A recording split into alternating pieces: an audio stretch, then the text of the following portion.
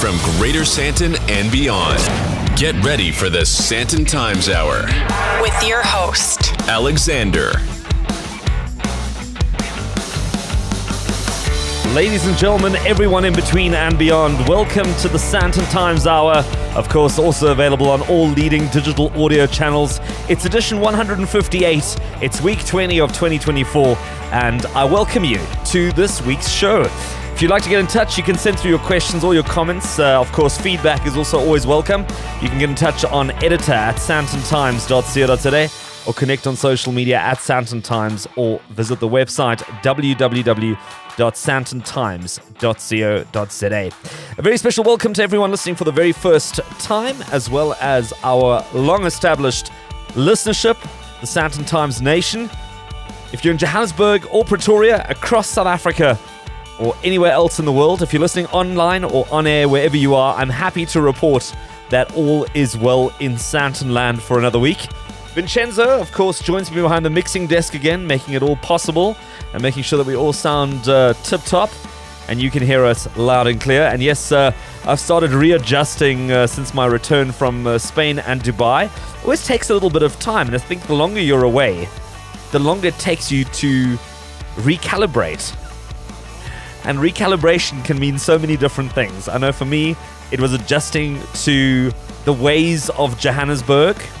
I'd been in Hong Kong not so long ago, and Turkey as well.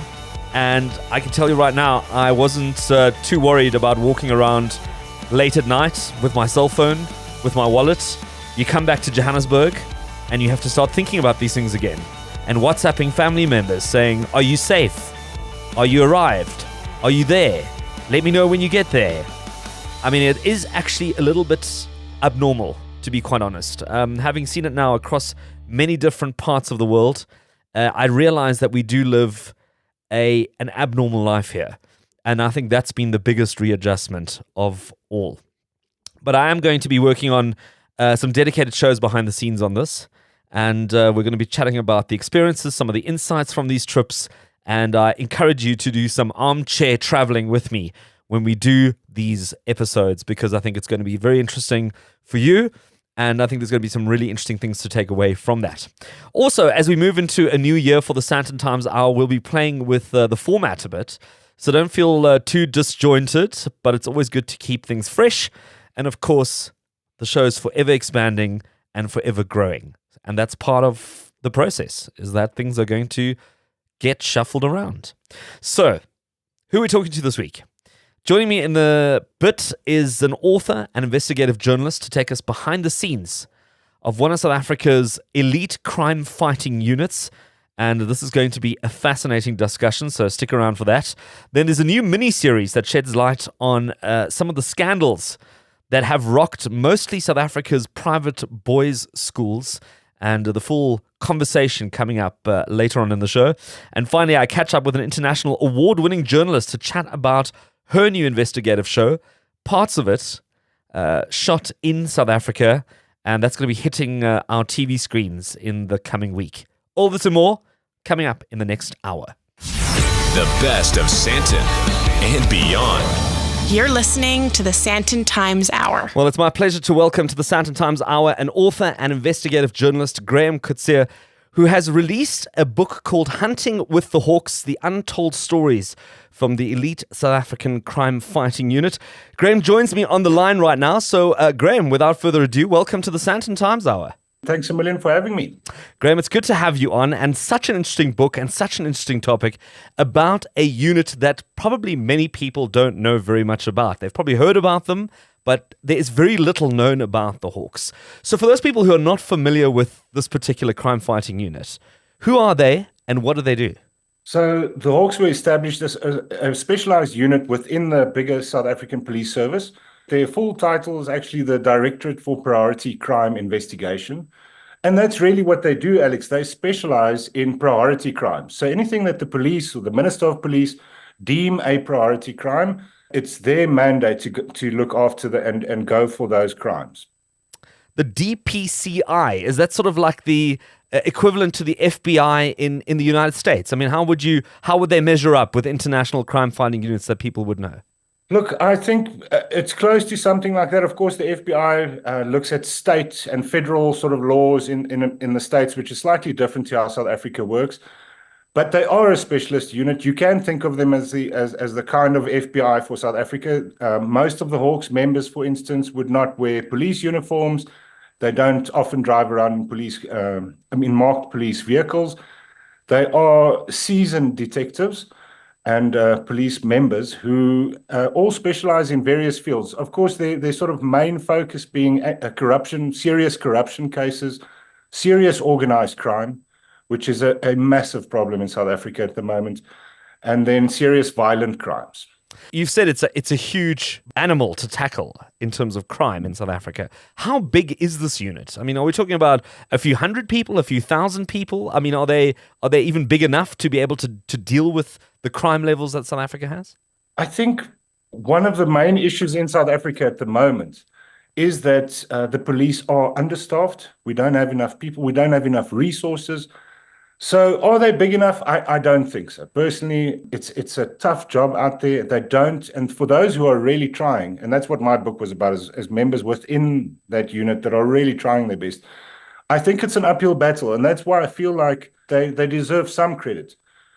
Because you are fighting almost against yourself when you don't have the kind of resources that someone like the FBI, for instance, has in the States or in many other countries. Now, what inspired you to go down this road of writing the story of the Hawks? Because I'm also assuming that this is such a top secret unit that they're also not ready to just sort of give up and tell you everything and just let you into their realm of what they do. Certainly a bit of a tough negotiation that went into getting a behind-the-scenes look. You know, as an investigative journalist, a lot of my work in the past has unfortunately been looking at police when they do things wrong, corrupt police involved in all sorts of crimes. So it took a lot of convincing to get them on board, to let them. But to me, having done this in the same breath, for the last 15 years, I've been looking at investigative work. I've specialized in crime. I've also seen the fantastic work that the police do, and some of their members, and I've seen when they get it right. So to me, I really wanted to be able to give the South African public a look behind the scenes of a super sort of secret elite unit like the Hawks and give us some hope. You know, I do think there's a lot of people out there fighting for us every day. We never get to hear their names. We don't know what they do for a living. And that was sort of the inspiration behind it. Can you share some of the cases that you cover in the book without giving away too much? But what are sort of the highlights in terms of some of the content that's in this page turner? So we've got some amazing stories. And I must say, even as a journalist, I was quite impressed to see that many of these stories literally read like something you'd read in a spy novel or a thriller, an action adventure, that kind of thing. So, and what was fantastic, because of the sort of diverse range of work they do, we had quite a lot to look at. So one of the big cases they did was South Africa's biggest ever cash heist. This brazen gang of criminals planned this thing for nearly a year, and they hit a cash depot.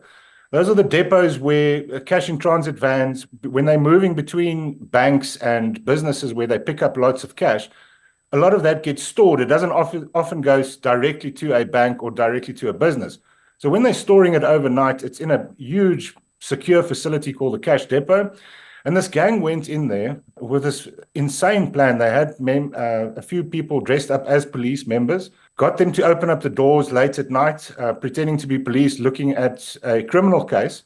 And of course, as they opened, the rest of these armed guys just came in, took over the whole place, kidnapped the security guards under gunpoint. And without firing one shot, Alex, they spent that whole night with massive drills and all sorts of jackhammers, you name it. And they broke into all the safes and they got away with 107 million rand. And according to some of the members of the Hawks who I spoke to, they reckon that was about a whole Mercedes Sprinter van packed to the rafters with cash. So quite a bit of money they made there in one night. That doesn't sound like a crime. That sounds like a logistical nightmare, because I think to count that money, organize it. I mean, it must have been actually, they must have probably been out of their depth. I mean, it sounded like a good idea on paper, but practically it must have been a disaster. You know what? It's one of those stories that they actually had it down quite well. They were very close to getting away with this. So what they did after the heist was over, they moved into an area where they had a safe house, apparently spent 3 days counting all the money, eventually sent people out to go buy cash counting machines because it was just taking too long. They thought they'd gotten away with it.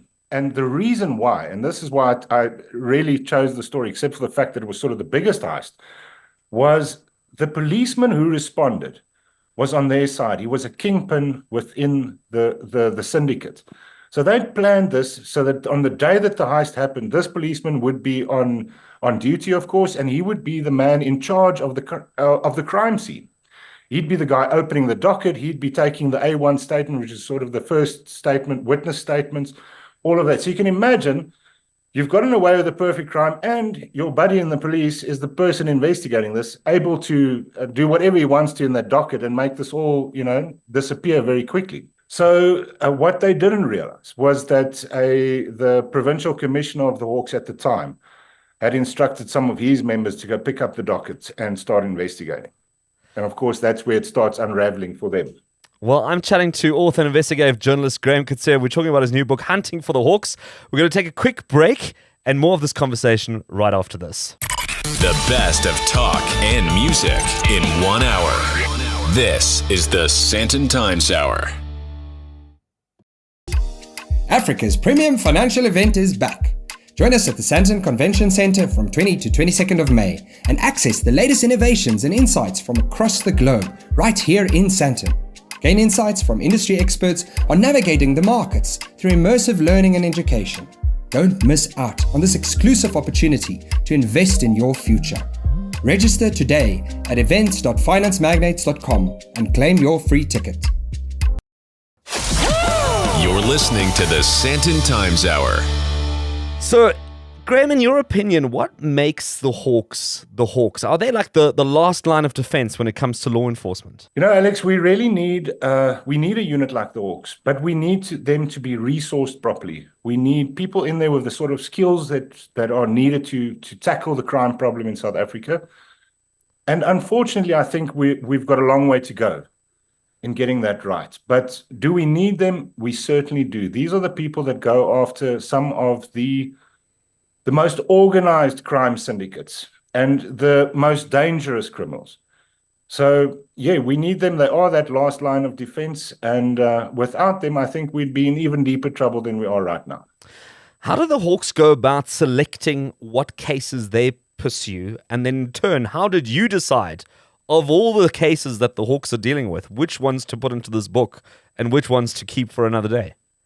If you look at A crimes, for instance, illegal drugs, narcotics, they wouldn't be going after the street dealer, the corner dealer. It would be their job to look at who's providing that dealer with his supply. Who are the big boys bringing drugs across borders? The ingredients for drugs, they trace those, and who's moving it across our provinces.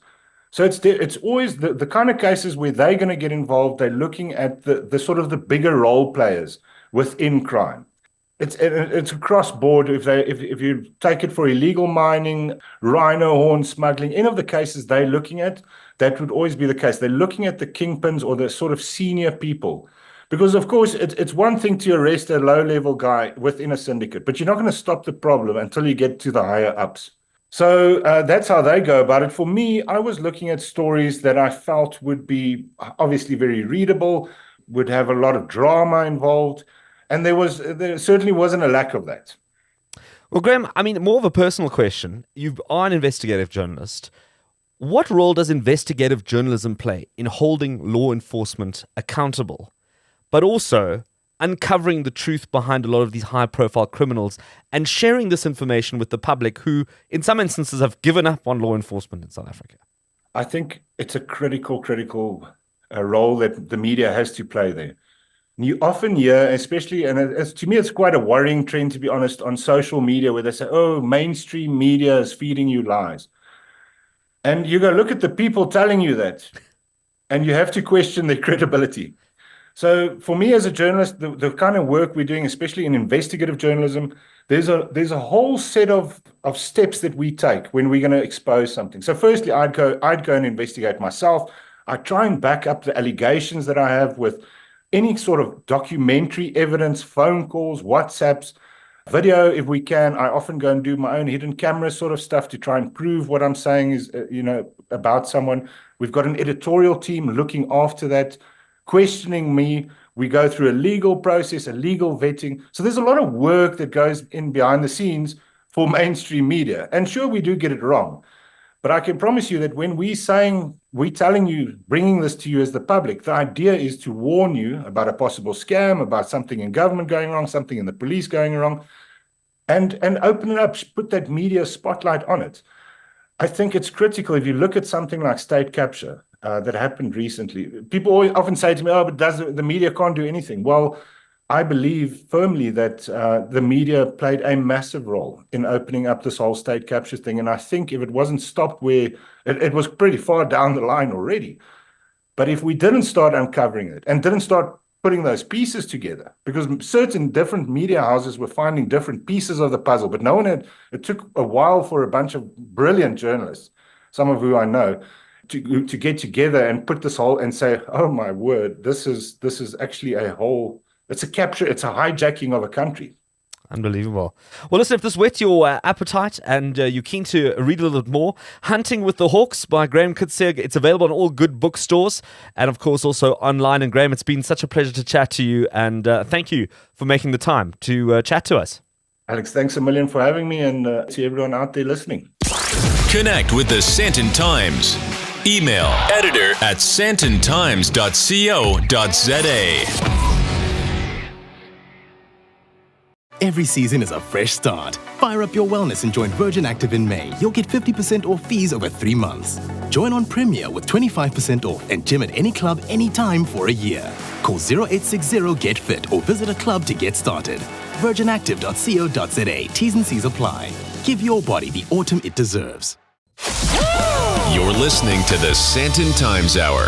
As we get into the second half of the Sandton Times Hour, don't forget that if you've caught something on the show this week and you thought that was really interesting, but I have no pen, I have no paper, my quill has dried up, well, don't stress. You can head on to the sandtontimes.co.za, and we've got some show notes for you for this week. So you can go into the show notes. There's some further reading, some more information, some links, some times, some dates. I mean, whatever it is that you wanted to find out, you can go into the website. It'll be up there for the rest of the week and for the rest of the year, and you can do that in your own time and get more info on what we discussed this week. As well, I'd like to also encourage you to head on to the Sandton Times social media channels at Sandton Times on whatever social media platform you're on, and you can also follow the Sandton Times on there and obviously stay up to date whenever, wherever you are. On May 16th, there was a groundbreaking new 4-part documentary series that kicked off called School Ties, and that's on Mnet on Channel 101.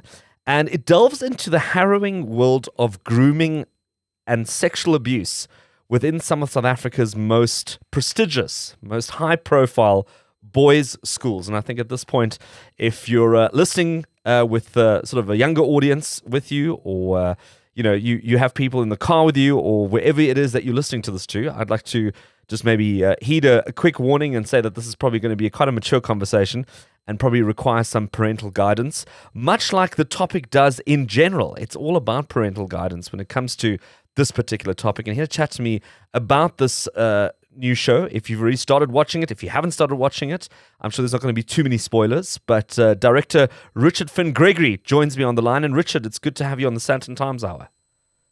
Great, thanks so much for having me, Alex.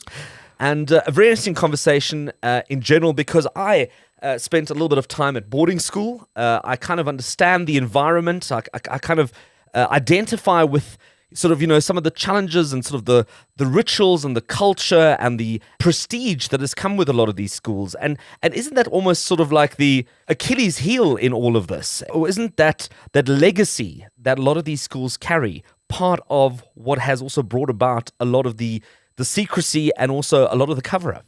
Yeah, that's exactly right. People have asked us why in the series are we focusing on the elite schools, the prestigious schools, often the boarding schools, often the most expensive schools. And the answer is that in South Africa, it's an unfortunate reality that almost all schools are going to have to grapple with a sexual assault or grooming case at some point. That's the very unfortunate reality that we found in the research for this show. The difference is that in some of the less resourced government schools, in some of the public schools, it tends to be a kind of sexual assault that is straightforward. It can be a forced sexual assault, or sometimes it's transactional, unfortunately. But the point is that it's clearly something that's wrong and comes to light generally fairly quickly. It does get reported because it's obvious that it's crossing ethical boundaries. And so for that reason, the perpetrators tend to get caught a little bit quicker when it comes to the public schools. When we're dealing with these elite institutions, though, it's a bit of a different modus operandi that we found. And that is that, as you mentioned, these schools are wrapped up in a lot of prestige. A lot of times it's boarding schools. So you've got kids who are spending, the bulk of their lives during the school year at schools themselves. And there's also a sense that they're made aware of the fact that they're very privileged to be at these schools. They're lucky to have the positions that they have in schools, and they don't want to do anything to jeopardize that. What that means is that in its most negative form, there's a culture of silence. There's a culture of secrecy. There's a culture of what happens within those school walls mustn't leave those school walls. There's often initiation rituals, whether they're acknowledged or not. And these are all things that you mentioned that go back to traditions, quite old-fashioned traditions, with outdated ideas of what needs to happen to turn a boy into a man.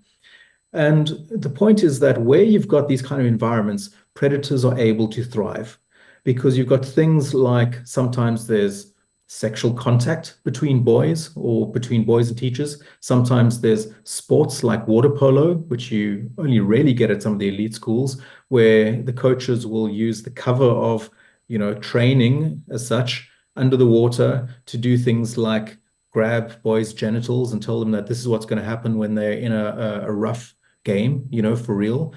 And this kind of contact, this kind of behavior, this kind of abuse gets normalized over time. What it means is that the boys sometimes aren't even aware that this is abuse until quite a bit later. It doesn't get reported. The perpetrators are often very charismatic. They always have an answer for why this kind of behavior is going on. It's always very innocent. And it means they get away with it for a really long time, sometimes decades. And over that period of time, there can be hundreds of victims.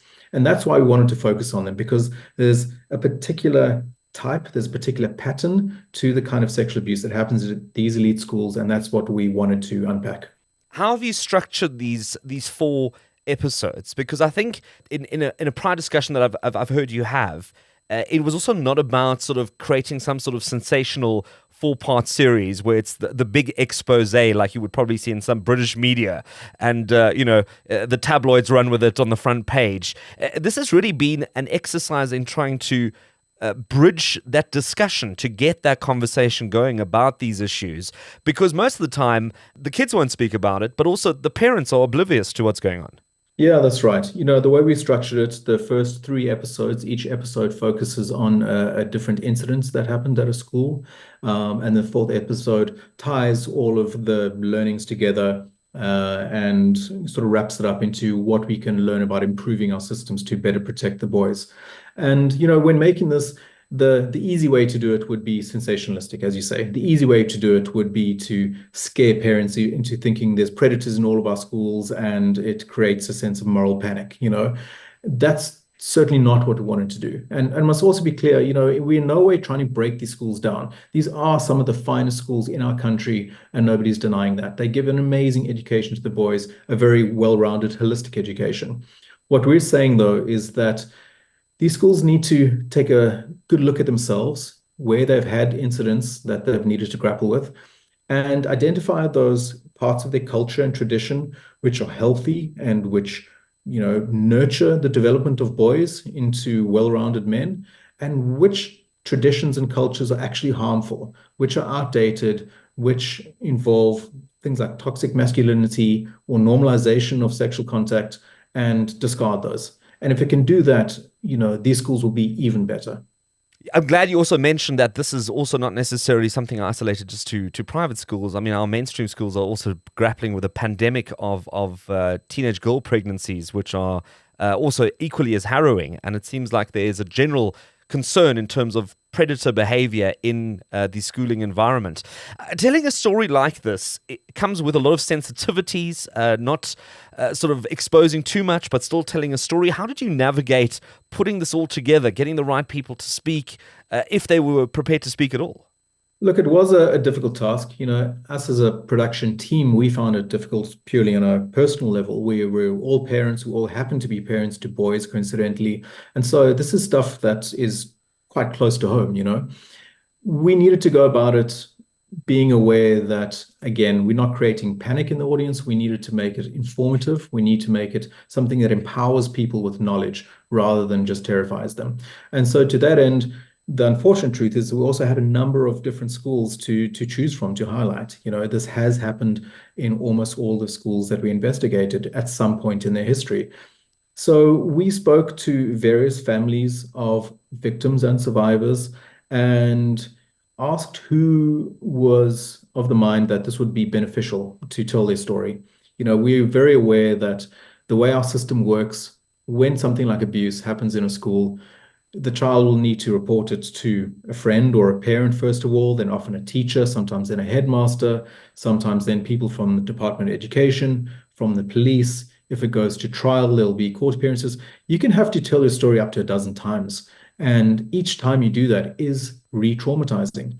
We were very aware of that, is that by asking families and victims to speak to us about that again, that was going to take a lot from them. However, they were enthusiastic to do so because of the idea that by what we're doing, if we can at least save one other person from abuse, if just one more school realizes that there's some red flag that they should be acting on, or realizes that there's loopholes in the system and they tighten them, if we only achieve that, then it will all be worthwhile. Well, I've been chatting to director Richard Finn Gregory. We're talking about the series School Ties, which runs on Mnet, DStv Channel 101. It's on every week for 4 weeks. It kicked off on the 16th of May. It's at 9 p.m. and we'll put up all the details on the website as well. And it will also be available on streaming on DStv Stream and the DStv Catch-Up app. Richard, thank you so much for joining me on the Sandton Times Hour. Thanks so much, Alex. I really appreciate it. Online, on air, Anywhere, anytime. This is the Sandton Times Hour. In a minute, I'll be joined by award-winning Portuguese journalist and National Geographic Channel correspondent Mariana van Zeller. She'll be kicking off her latest series on National Geographic on the 23rd of May, 2024, and it's going to be called Trafficked, Underworlds, and it's a critical look at the geopolitical circumstances and context that create the multi-trillion-dollar black market economy, and there's some really harrowing stories and episodes. But Mariana van Zeller joins me from Los Angeles right now. And Mariana, boa tarde, and welcome to the Sandton Times Hour. Thank you so much for having me. Obrigada. Mariana, let's get straight into it, because there's quite a bit to cover, and I'm sure there's not going to be enough time for us to talk about all of it. But you cover a very wide range of topics in this new season, and there's some specific ones that you did shoot in South Africa, and I've had a chance to preview some of these episodes. And I have to say that calling them chilling is it's an understatement. It is. I've been covering black markets for a long, long time, and this show is entirely devoted to black markets. So you've got arms trafficking, scams, guns, drugs. And in South Africa, we actually did 2 episodes this past season. One was about assassins. So we spent time with hitmen in South Africa. And like you said, it was a very sort of chilling journey for all of us. And the episode is indeed incredibly chilling as well. How does your brief window on South Africa's underworld match up with what you've seen in other parts of the world? We've been wanting to do a story about assassins for a long time. And when we started looking into it, we realized that actually, unfortunately, South Africa has become the center of assassinations. So we knew we had to go to South Africa.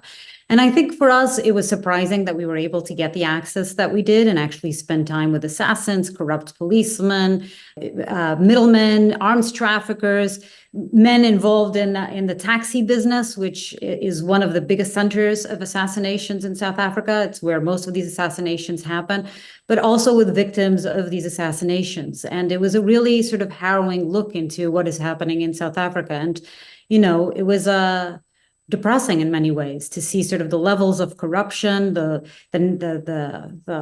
how often these assassinations take place, and how it's very much become a broken system where there is an enormous level of impunity and no one seems to be arrested. Nobody is, no justice is being done for the victims of these assassinations and for their family members. It's certainly a very different picture of South Africa that I think many imagined. If you look back on 30 years of democracy, when it first came into play in 94. And I think it's not the country that many people had hoped they would be in. And I'm going to try and summarize some of the enablers and I think some of the issues that came up in your conversations. I think things like poverty, although I think poverty doesn't necessarily mean immorality, because I think there's a bit of a disconnection there. People with no parents at a very young age, a loss of identity in the process, and then, as you mentioned, general corruption and a greed-filled society with widespread lawlessness. I mean, that almost sounds like a South Africa you would imagine in your nightmares, but it seems like that's what it is. It is, and you mentioned a very good point, which is this the democracy that you guys had dreamt of and fought so hard for? And I asked the exact same question of Becky Chelly, the Minister of the Police, because one of the biggest issues right now in South Africa is police corruption, particularly when it comes to these assassinations. I mean, we spoke to people who told us how police, and also to police officers who told us how they sold their police uniforms so that the assassins could wear them when they go out and do some of these assassinations. They sold their confiscated guns. They sometimes helped with the assassinations and actually took part in some of these assassinations, themselves becoming hitmen. And some of the numbers that we heard were crazy. And Becky Chelly, the Minister of Police, told us, when I asked him that question, I mean, he was a person who spent time in prison because fighting for democracy in South Africa. And when I asked him if this was the democracy that he had envisioned and he had dreamt of course, his answer was that, he agreed. He actually accepted the fact that there's enormous corruption levels, that there is inside the police, and that that it seems like there's still a long way to go for that democracy to come into full fruition, or for this dream of democracy. Because right now we're talking about a very broken system, unfortunately. You draw a lot of comparisons with similar things that you'd seen in the Netherlands, in Mexico, in a lot of other countries where you would sort of identify with, assassins, not necessarily sort of our own backyard. And in Mexico specifically, I think a lot of those targets end up being journalists, or in South America. How does that make you feel as somebody who is on the front line, who is pretty much doing what a lot of these people were doing, and they were silenced in the process? Yeah, I mean, it's an incredibly dangerous time to be a journalist. And this is one of the reasons I wanted to do this story. Without journalists, without journalism, there is no working democracy. And this is what's being done. Journalists are being silenced. And not only journalists. I mean, this is a problem with assassinations in general, is when you assassinate, when you kill somebody, you're not just taking away a human life. You're also instilling a sense of fear, a culture of silence. When, for example, one of the victims we spoke to, a woman called Johanna Peña, whose husband in South Africa, whose husband was killed in October of 2022. And when I spoke to her, this is because they've become whistleblowers for corruption within the government. And that's why they became targets. And now she's living in fear for her own life and her children's life. After her husband was assassinated. I mean, what is telling anyone who's willing to go out there and speak out about corruption is that they should be very afraid. They should be afraid to tell the truth, and the same for journalists. So it's more than just taking away a person's life. It's instilling a culture of fear, which is incredibly depressing for the future of a country. You travel with a camera crew. You obviously travel under the National Geographic brand when you go into these very hot and very dangerous places, and yet these aren't really shields against some of the danger that you potentially face. How do you begin to navigate this? I mean, do you have sort of security with you in the background that we don't see on camera, or is this really as raw and as dangerous as it looks? We usually do not travel with security, and there's a very specific reason why that is. We spent, as journalists, months, sometimes even years, trying to gain access to these worlds and trying to gain the trust of these criminals to be able to speak to us. So when we show up with security, we're basically telling these people that we don't trust them. So why should they trust us? So a lot of the process that happens to make sure that we're safe is that we don't just show up with cameras one day and say, hey, you're an assassin, I want to speak to you. There's, again, months and months of speaking to people, of making sure they feel comfortable in talking to us. And one of the things that I think is important in journalism in general is to try to understand people's motivations instead of judging people immediately. I think it's much more important for us journalists to try to understand why a person becomes an assassin, because it's the only way that we can prevent this in the future. And when you hear some of these stories, spending a couple of days with an assassin in South Africa and hearing his story about how he became an orphan when he was very young. His parents were killed, and he started carrying a knife because he felt like he lost all protection. And he then was jumping around from family to family. Nobody wanted him. Comes from a very extremely poor background, no job opportunities whatsoever, eventually finds that the only way he can make a living is by entering the drug market, and eventually became an assassin himself. And I remember asking him, he said he doesn't kill women and children, only bad men. And I asked him, do you realize that you're doing to other children what was done to you? Your parents were killed and you're killing the parents, the fathers of other children. And he stopped and said, I actually had never thought about that. And I talked about this cycle of violence.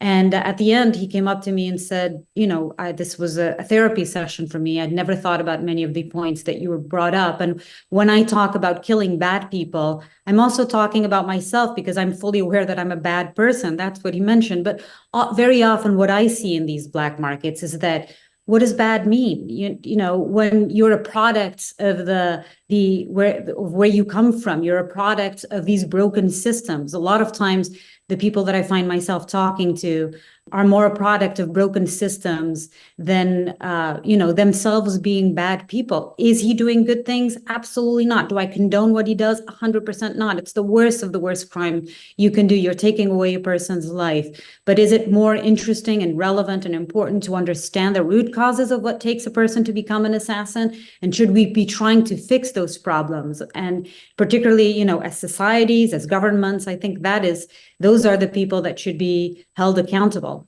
is trying to understand why a person becomes an assassin and how we can prevent more people from becoming assassins.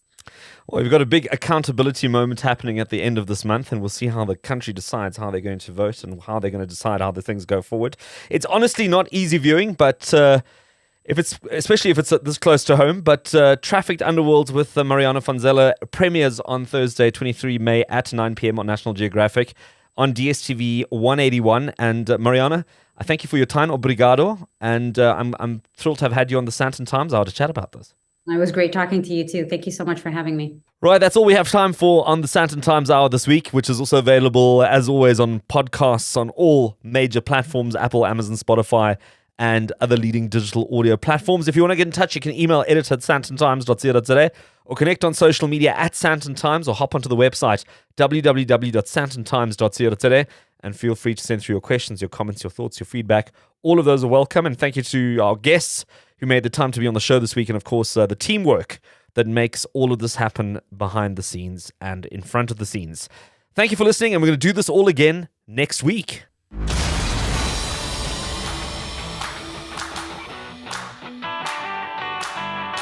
That's it for this week. Thanks for listening to the Sandton Times Hour. And if you enjoyed it, be sure to share it.